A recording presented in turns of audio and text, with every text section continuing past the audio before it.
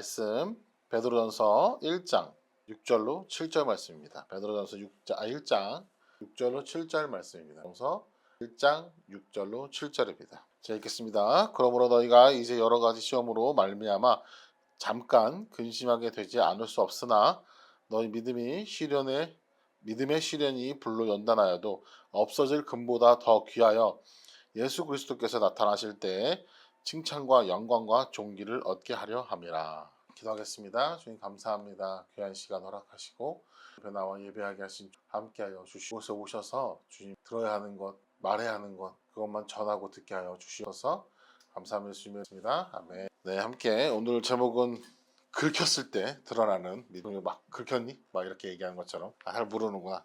이렇게 막 사람 마음을 기분 나쁘게 하면 긁혔다라고 얘기하는 경우가 있는데 긁혔을 때 나타나는 믿음이라는 제목으로 함께 이야기 좀 나누려고 합니다. 이런 말씀이 있어요. 이런 이야기를 듣게 됐어요. 믿음과 두려움은 한 바구니에 담을 수 없다. 그래서 믿음이 있으면 두려움은 물러나고 두려움이 있으면 믿음은 작아지게 됩니다. 곧 두려움과 믿음은 공존하는 것이 쉽지 않다라고 이야기하는. 그런데 베드로전서 1장 6절로 7절 말씀에 바울이 이야기합니다. 너희가 이제 여러 가지 시험으로 말미암아 잠깐 근심하게 되지 않을 수 없다.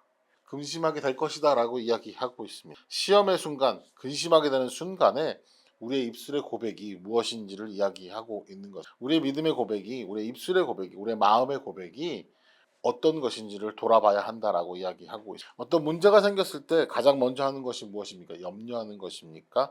아니면 하나님께서 주신 약속을 붙잡는 것입니까? 우리가 이것을 좀 고민할 때가 있습니다. 물론 근심하게 되고 계산하게 되지만 약속을 붙잡는 마음도 있죠. 이 두 가지의 마음이 어떤 것이 먼저 떠오르는지 우리가 좀 돌아봐야 한다라고 생각합니다. 우리가 살다 보면 이 베드로전서의 말씀처럼 고민하고 걱정하고 근심 걱정, 시험이 들게 되는 시간들이 있습니다. 저는 이것을 도금 그리고 정금이라는 단어로 좀 이야기하고 싶습니다. 정금은 무엇입니까? 금을 잘 단련해서 순수한 금을 이야기하고 있는 거예요. 그런데 정반대의 금이 있습니다. 도금이라고 하죠. 최근에 금값이 너무 올라서 막 도금도 막 이렇게 금으로 사기를 치는 일들이 있다고 하는데 안에는 다른 물건이고 겉에만 금으로 쌓아놓은 것을 도금이라고 합니다. 그럼 도대체 도금은 뭐가 다를까를 좀 찾아봤는데 도금은 안에 들어간 금속과 겉에 있는 금의 녹는 점의 차이가 있어서 녹였을 때 금은 남아있는데 알맹이만 녹아버리는 겁니다. 곧 속빈 강정처럼 되어진다라고 이야기. 녹는 온도가 다른 거예요. 그러니까 믿음에 대해서 처신하는 것이 다르다라고 생각합니다. 이것을 도금된 믿음과 정금된 믿음에 대한 차이이지 않을까라고 생각합니다. 불에 넣었을 때 녹는 것, 형태가 바스라지는 것, 부서지는 것, 이것은 도금되어진 금의 모습인 거죠. 그런데 아까 이야기한 것처럼 베드로전서 1장 6절로 7절 말씀에 이렇게 이야기합니다. 너희의 믿음의 시련이 불로 연단하여도 없어질 금보다 더 귀하여. 여기서 없어질 금이라고 이야기하고 있습니다. 저는 도대체 왜 없어질 금이라고 얘기하지? 잘 정돈돼서 잘 정제돼서 정금이 되어야 하는 것을 이야기해야 하지 않나? 라고 생각했는데 결국은 녹습니다. 금도 1000도가 넘어가면 녹게 되어지는데 이 녹아도 없어질 금보다 더 귀하다라고 이야기합니다. 너의 믿음이 그 엄청나게 높은 온도보다 더 귀한 그 온도에서 녹는 그 금보다 더 귀하다라고 이야기하고 있는 겁니다. 정금보다 더 귀하다라고 이야기하고 있는 것입니다. 저는 이것을 보면서 이런 생각을 했습니다. 아, 하나님이 우리에게 주시는 시험과 고난과 걱정 이런 것들은 우리의 믿음이 도금되어진 것이 아니기 때문에 하나님께서 그 시련을 우리에게 허락하시는 것이 아닐까라고 생각합니다. 아까도 이야기한 것처럼 도금되어진 금은 가짜이기 때문에 불 속에 들어가면 바로 형태가 사라집니다. 하나님이 우리에게 주신 믿음이 도금이라면 그냥 불에 들어가는 것, 연단과 고난과 시험 가운데 들어가는 것만으로도 부서지고 무너지게 될 겁니다. 그러나 우리에게 주신 하나님의 믿음은, 하나님 우리에게 주신 그 믿음은 정금과 같기 때문에 무너지지 않고 그 형태를 계속 유지하게 됩니다. 곧 이것은 내 안에 주신 하나님의 믿음은 도금이 아니고 정금이라는 증거인 것입니다. 그런데 아마도 우리는 도금처럼 살아가는 삶을 살고 있을지도 모릅니다.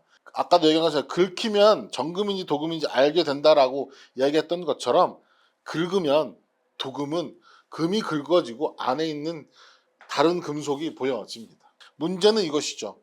알맹이가 다른 거랍니다. 알맹이가 다른 거예요. 금이 아닌 거죠. 정금이 아니고 다른 금속이기 때문에 문제인 겁니다. 그런데 하나님 우리에게 전혀 도금을 준 적이 없는데 꼭 도금인 것처럼 살아가는 삶을 살고 있는 것인지 우리는 돌아봐야 한다고 생각합니다. 이것은 우리가 고난과 시험 가운데 나갈 때 나는 절대 녹지 않는 금을 가지고 있는 존재임에도 불구하고 이 금이 녹을까봐, 이 금의 형태가 사라질까봐 노심초사하고 옛사람이 튀어나오고 고민하게 되고 걱정하게 되고 계산하게 되어지는 사람의 모습이 있는 것은 아닌지 우리는 좀 생각해 봐야 한다라고 생각합니다. 도금은 겉만 금입니다. 정금은 순전한 금을 이야기하고 있습니다. 하나님은 도금된 믿음을 우리에게 준 적이 없으십니다. 금을 단련하는 이야기를 잘 찾아보니까 이런 이야기가 있습니다. 금을 단련한 정금을 만드는 데는 두드리고 열을 가하는 것도 있는데 이것이 일정 양을 채워야 한다라고 이야기해요. 뭐 두드리는 것은 1000번, 뭐 불에 넣는 거 몇 번 이런 식의 정해져 있는 양이 있고 그만큼 그 온도에 그만큼의 양에 그만큼의 시간을 들여야만 순도가 높은 금을 얻어낼 수 있다라고 이야기합니다. 이것은 모자라도 안 되고 넘쳐서도 안 되는 과정입니다. 이것은 아마도 하나님이 우리를 향하신 마음이지 않을까라고 생각합니다. 하나님이 우리에게 정금과 같이 만들기 위해서 들여지는 정해진 시간과 정해진 강도와 정해진 온도가 있다라고 생각합니다. 그것을 통과해야만 하나님을 향한 순수한 정금의 모습으로 그 믿음으로 살아갈 수 있게 된다라고 생각합니다. 하나님만 아시겠죠. 하나님만 그 시간과 온도와 그 얼마나 두드려 패야 하는지를 아시겠죠. 하지만 그 시간이 지나면 우리는 변하지 않는 금의 모습, 그 믿음의 모습으로 살아가게 될 것입니다. 아까도 얘기한 것처럼 긁혔을 때 도금인지 진짜 금인지 알 수 있다라고 얘기했어요. 세상을 살다 보면 이 베드로전서 1장 6절 말씀처럼 근심하게 되지 않을 수 없다. 너무 말이 너무 어려운데 근심하게 될 것이다 라고 이야기하고 있습니다. 왜? 시험을 당해서 근심하게 될 거다라고 이야기합니다. 그것은 너가 정금이기 때문에 너 안에 정금 같은 믿음이 있기 때문에 시험 당하게 된다라고 이야기하고 있는 것이죠. 그런데 긁혔을 때 믿음으로는 안 될 것 같아. 힘들 것 같아. 좀 더 다른 방법을 생각해 봐야 될 것 같다라는 다른 마음이 들어오기 시작한다면 우린 좀 더 하나님 앞에 나아가야 하는 시간을 들여야 합니다. 도금의 삶은 환경이 좋아야 하나님께 감사의 고백을 합니다. 도금의 삶은 손해를 보면 멈추게 됩니다. 도금의 삶은 사람을 의지하는 모습을 보입니다. 그런데 정금 같은 사람은 환경이 바뀌어도 하나님께 감사의 고백을 할 수 있습니다. 정금 같은 삶을 사는 사람은 손해를 보더라도 하나님 말씀하셨다면 순종합니다. 정금 같은 사람은 하나님만 의지하며 살아갑니다. 이거는 확연히 다른 모습을 나타냅니다. 우리 안에 하나님 분명히 정금 같은 변하지 않는 금을, 믿음을 허락하셨으니까 우리는 이 정금의 모습으로 살아가려고 노력해야 합니다. 그러나 우리 힘으로 안 되겠죠. 너무 힘들겠죠. 우리가 고난과 역경 가운데서 먼저 계산하지 않고 먼저 하나님의 약속을 붙잡는다라는 것이 정말 쉬운 일은 아닐 겁니다. 그렇기 때문에 하나님이 말씀하십니다. 너에게 정금이 있으니까 시험을 준다라고 말씀하고 계시는 겁니다.